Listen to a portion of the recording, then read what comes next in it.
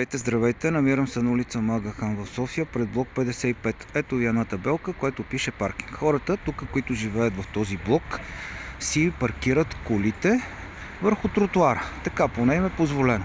И след 6 месеца, по предложение на кмета Терзиев и на Спаси София, Бонев и другите, които гласуваха за разширение на зелената зона, Център за градска мобилност ще мине, ще си смени тази табелка, ще си сложи тяхната и ще обозначите това е зелена зона.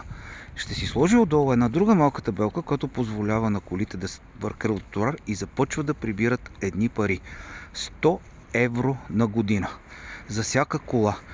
Тук надолу до целия Мага Хан е така направен, където са блоковете, така че има над 150 коли. От другата страна е абсолютно същото нещо. Отново ще започнат да събират едни пари.